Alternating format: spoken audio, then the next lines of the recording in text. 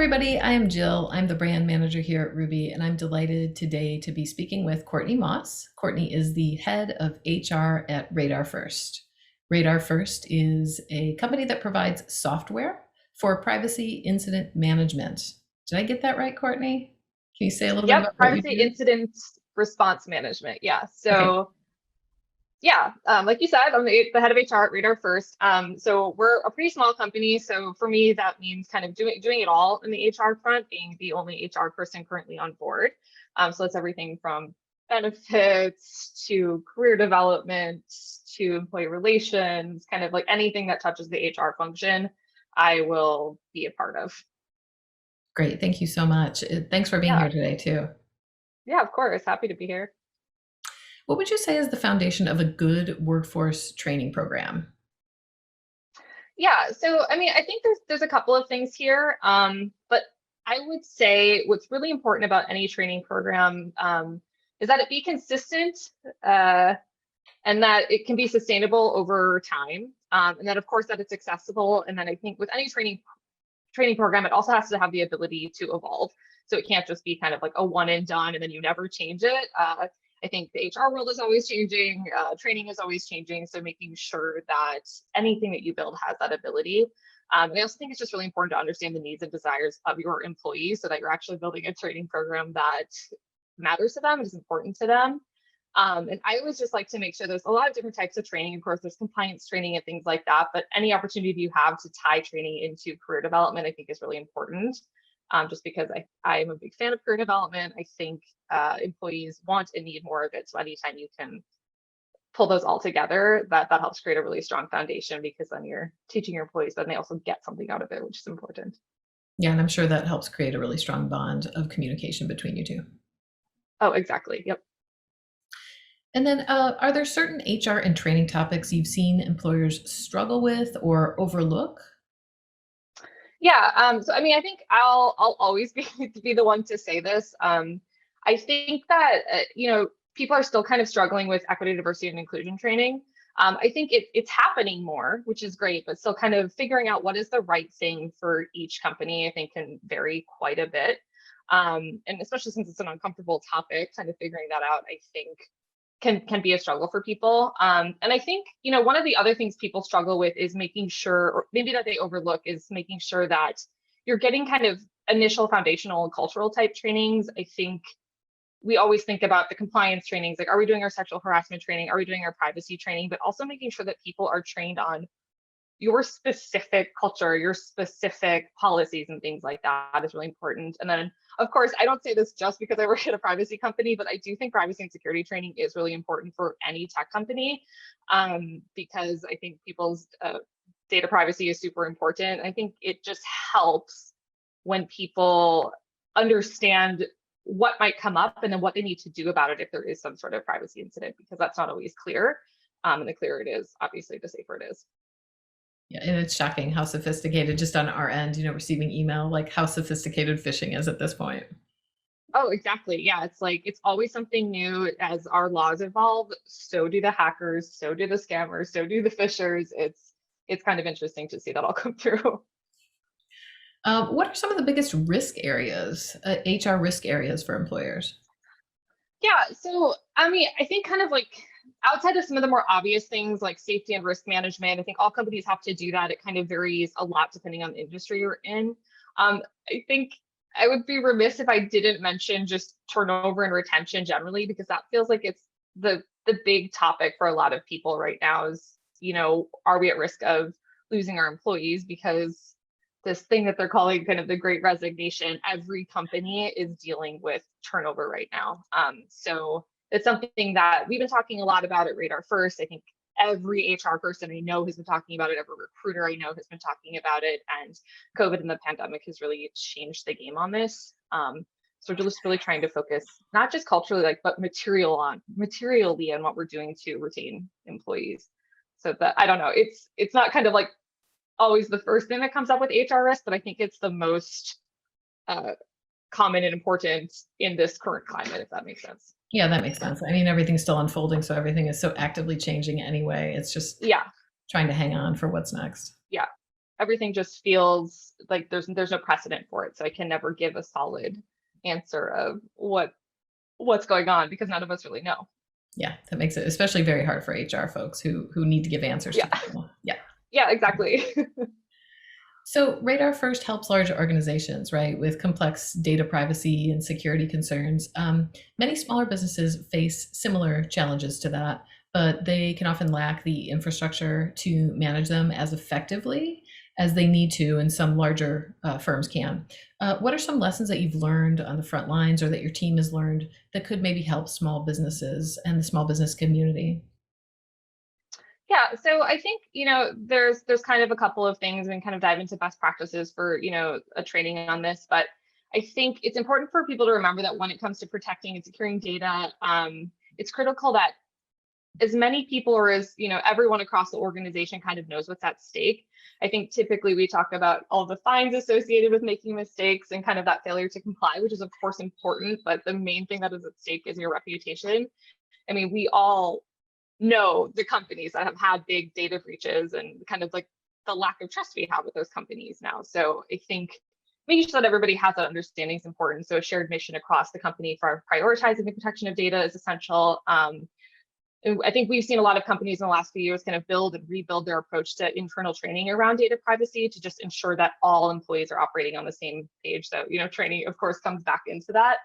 And then I think you build sustainable efficiency when you put consistent processes in place. So again, that comes back to training. Like there always has to be consistency. You have to make sure it's sustainable. Right now, it's about building efficient processes that will be long lasting. The world of data privacy, the world in general, but the world of data privacy and security is constantly evolving. Like you're just talking about, like hackers get more efficient. And also privacy laws change all the time. They're like always kind of popping up. They're very different from place to place. So when your organization takes action to respond to a threat or mitigate risk, you'll need to be asking like, how consistent are processes? Do we do the same thing every single time? And if you are doing that, then you have this defensible process in place. So that enables the organization to remain compliant with all of the ever-changing rules and regulations. And so I kind of just reiterate, like best practices for training are the same, do it a lot, test people if you can, that's important. Implement continued education, again, because things are always changing.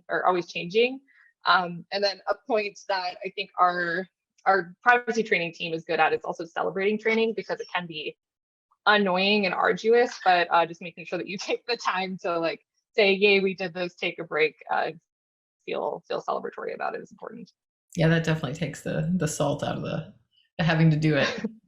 Yeah, because it's always like maybe a few hours of a thing you have to do and really focus on when there's other work to be done. So I think always taking time for some joy and celebration is good.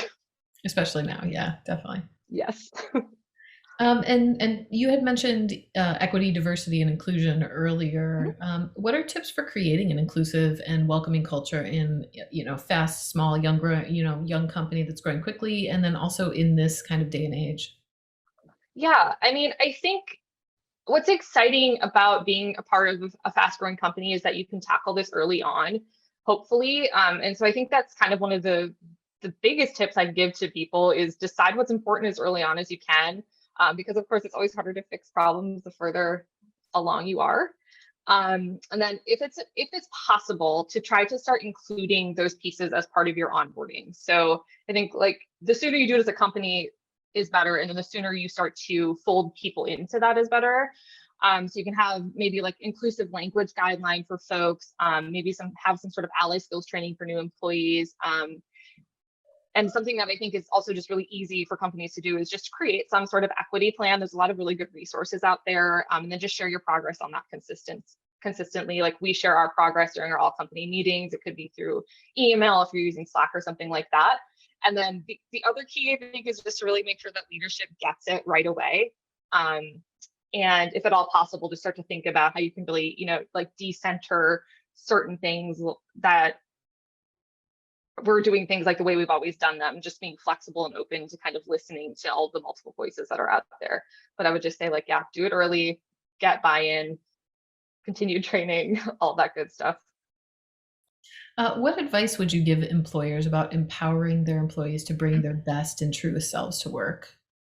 Yeah, I think, Yeah, the idea of psychological safety is huge right now. I mean, it's just huge. It should always be important. I think in order to really empower employees to do that, like you as the company, as the leadership in the company, has to create a safe space for that. Nobody's ever going to bring their truest self, therefore their best self, to the workplace if they somehow feel like that's going to be punished. And I think the way that you can create that safe space kind of varies. So I always kind of give this example, just kind of from my personal experience, which is that, I suffer from major depressive disorder, which means sometimes like I just can't work. I can't do basic things. But, at my company, how important mental health is and that those are very much included in our PTO days has been made really, really clear. So I know when I'm having a day like that, like I can just comfortably say, hey, I'm having this episode. I'm feeling really depressed today. I'm going to use my time for this. And I think the more that companies make that really clear, it's like being clear about your policies, but also being flexible with them is really, really important. And I also think that the more that, again, leadership can be transparent is really important, because I think the more that people see, their managers and the executive teams kind of sharing some of their struggles. I mean, not saying that people have to share everything, but kind of sharing a little bit of that makes people feel more uncomfortable, because, hey, if they can do that in this leadership position, then I can do that as this person. So I think it's really just about, it comes back to inclusive culture. It comes back to creating a safe space. And then, yeah, sharing what of yourself you can, of course, not crossing your boundaries, but, sharing what feels good for you so that other people can feel comfortable doing that. Do you feel like emotional intelligence is increasing in the workplace? Do you feel like we've made those strides?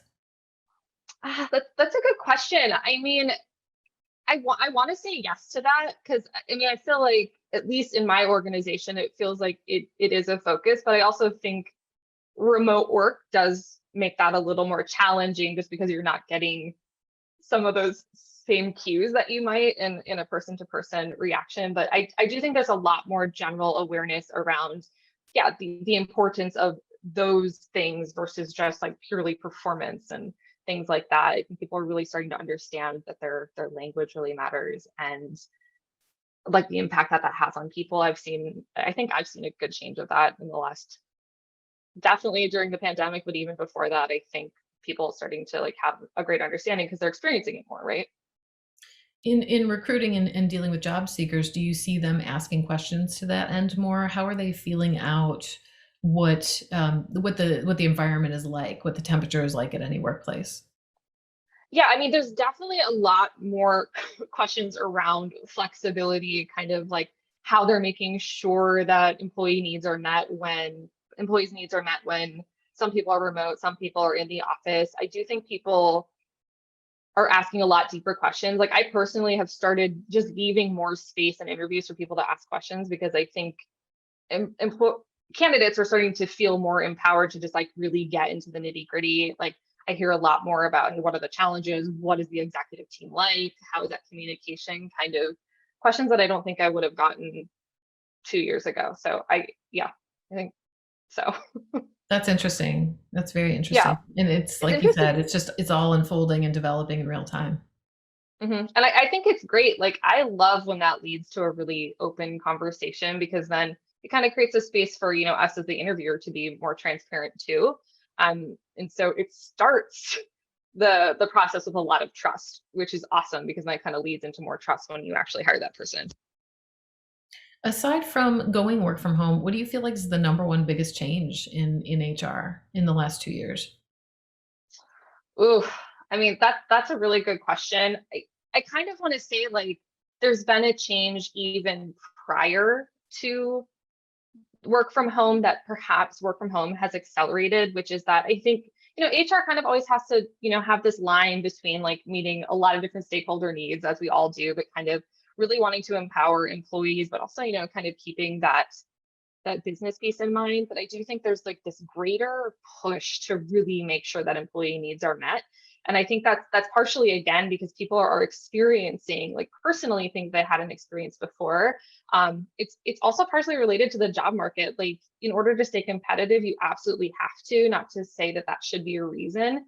Um, but it's competitive out there. I mean, recruiters are reaching out to our employees all the time. I'm sure that's true everywhere. So I think it's starting to feel a lot more employee focused, which I think is really great personally. And but I think it's been a hard transition for some HR folks. Yeah, that makes sense. What do you love about what you do? Yeah, I mean, I I like HR because like I feel like I want to fix some of the like the bad things that have happened to me in my career. Not that you can fix those, but like just knowing that we all have to work a lot.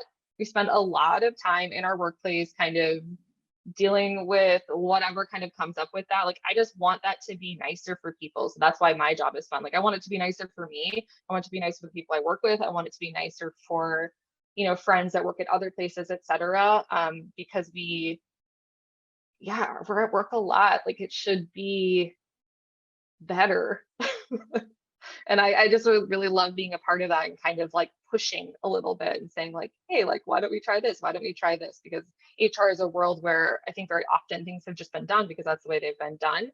And it's fun to be able to say like, hey, or maybe let's just try this, especially in the tech space, because people are always kind of pushing things and, wanting to disrupt and change things. So I think it's just nice to feel like you're making that huge chunk of what people do just feel better. So that's why I like that. Great. Well, Courtney, thank you so much. And if people want to know more about Radar First and what you all do, where should they go to? Lots of places. So definitely follow us on LinkedIn because there's always a lot of really good posts there. I think, especially that are just helpful about things that are changing or like what's new in the privacy space. And yeah, of course, you can always check out our website. The world of privacy is really it's cool, but it like kind of takes a while, I think, to really understand it. So I have personally found a lot of help from just like diving into our site and reading the blog posts because eventually you're like, I get it now. So those are kind of the two main places we exist, I think, right now that would be helpful for folks. Great. Thanks so much, Courtney. Thanks for your time today. Really appreciate it.